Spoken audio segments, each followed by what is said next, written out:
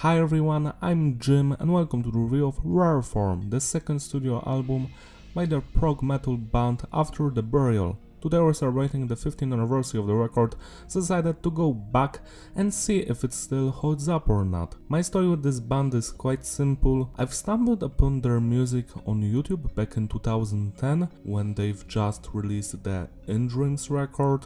Actually, the first song I've heard from them was Berserker, the one that's on this record, which was also featured in the video game Saints Row 3. I don't know if you remember that, but I was so surprised when I was playing the game later and I was like, wow, that's after the burial, that's sick as fuck. Anyways, when I first heard that song, Berserker, it made me want to explore the gent, deathcore, metalcore, prog genres, because before that I would mostly listen to technical death metal and nu metal, and this was a new thing for me. And when I first heard this entire record, Rareform, it changed my life. So the lineup for this one is Trent on the lead guitar and backing vocals, Justin Lowe, rest in peace, on rhythm guitar, also he programmed the drums, Lee on the bass, and on the original release we have Grant on the vocals, and on the reissue we have Anthony, the current vocalist of the band. So when it comes to the production, it varies depending on which version you're listening to. The original one has very weak sounding drums. I know they are programmed, but still they have no power, no punch to them. They bring the record down. Also the original vocalist Grant, well, he was left off the band because some sexual stuff and also being a dick, so I don't enjoy listening to his vocals that much. He's an okay vocalist, but there is a reason why he's only on one record. So I prefer Anthony's vocals over his, because Anthony has more clarity and depth to his voice. So I will actually review the remastered version from 2009, because I just enjoy the new vocals and better production way more, especially the fact that the drums were mixed differently on the reissue, and they have more power and depth to them. Message on the record is diverse. There are songs about personal struggles here, also about ancient history, some mental issues I think, also about basically trying to be the best version of yourself.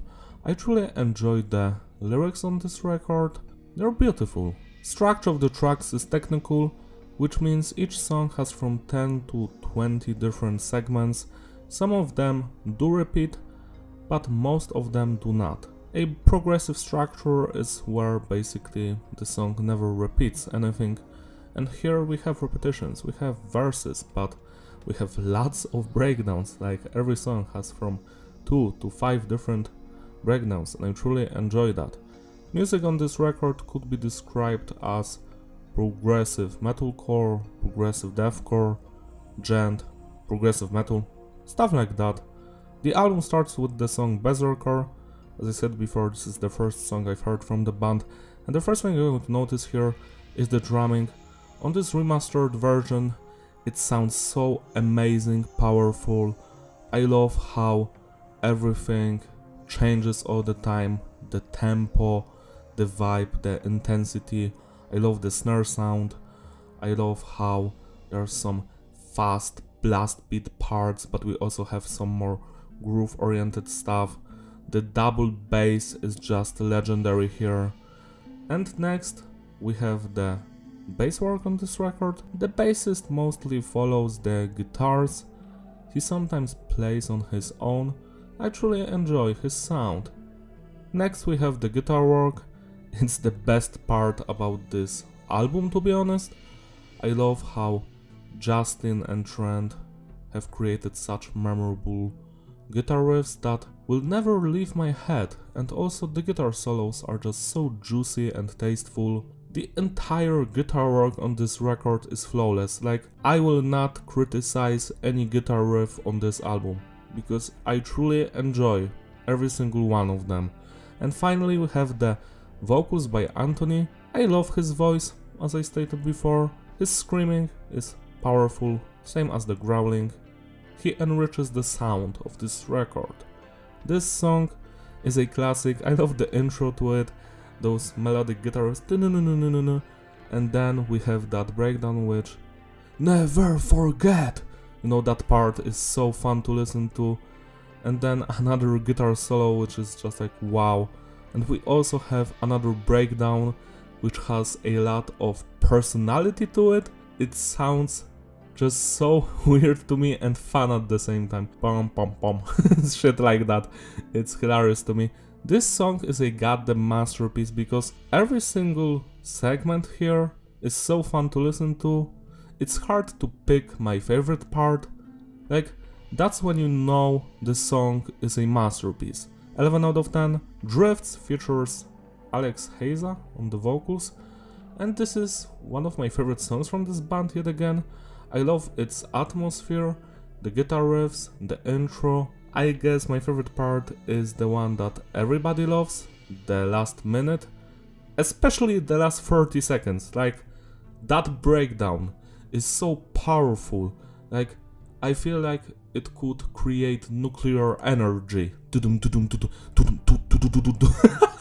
I just love the drumming there, the double bass work, the guitar riffs, genty shit. I love it with all of my heart.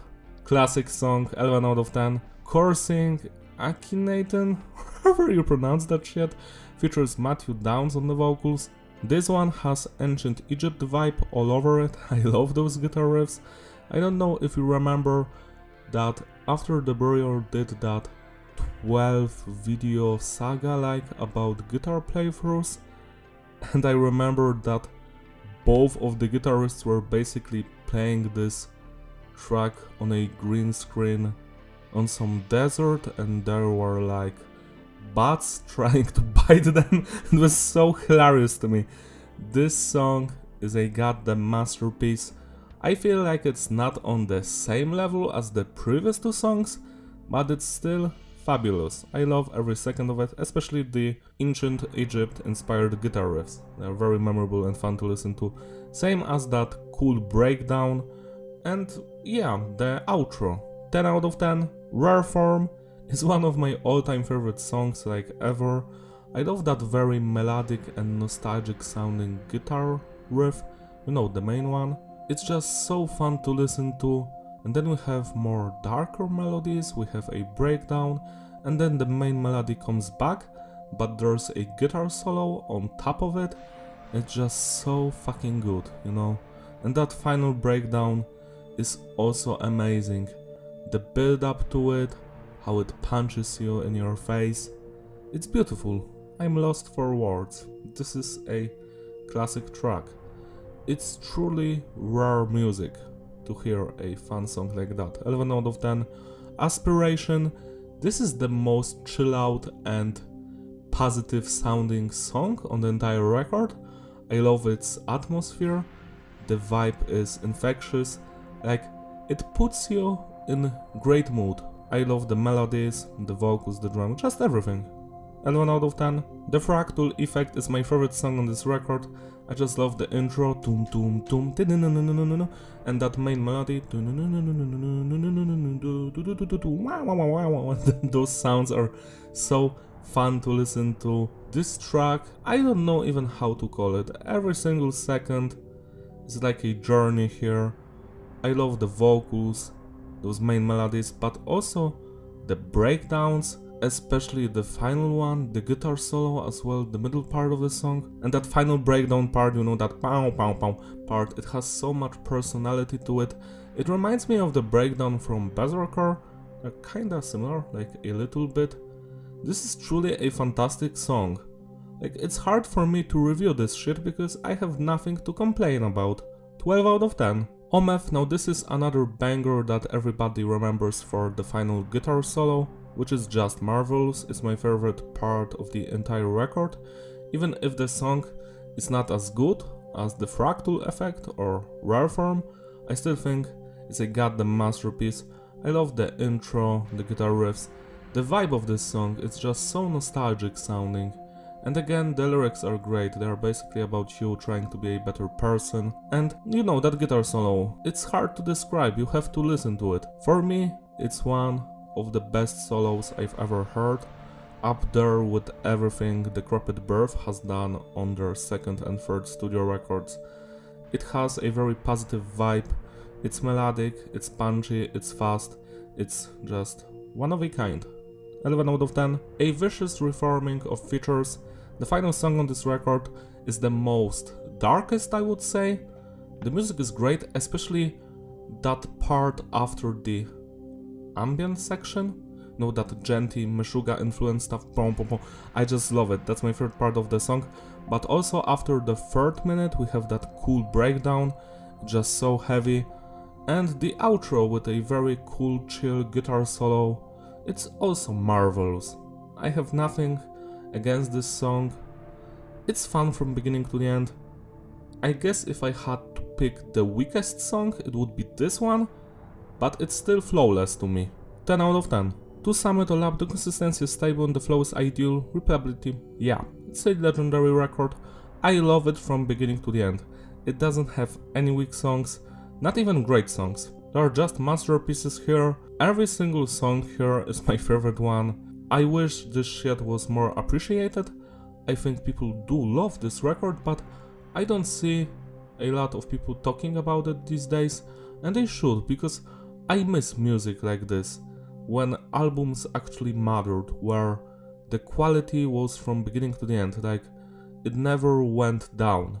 They just maintained a steady pace, and this is one of those records that I will always remember, and I will always play it. Like, I listen to it every year, like not every day or every week, but I do come back to it.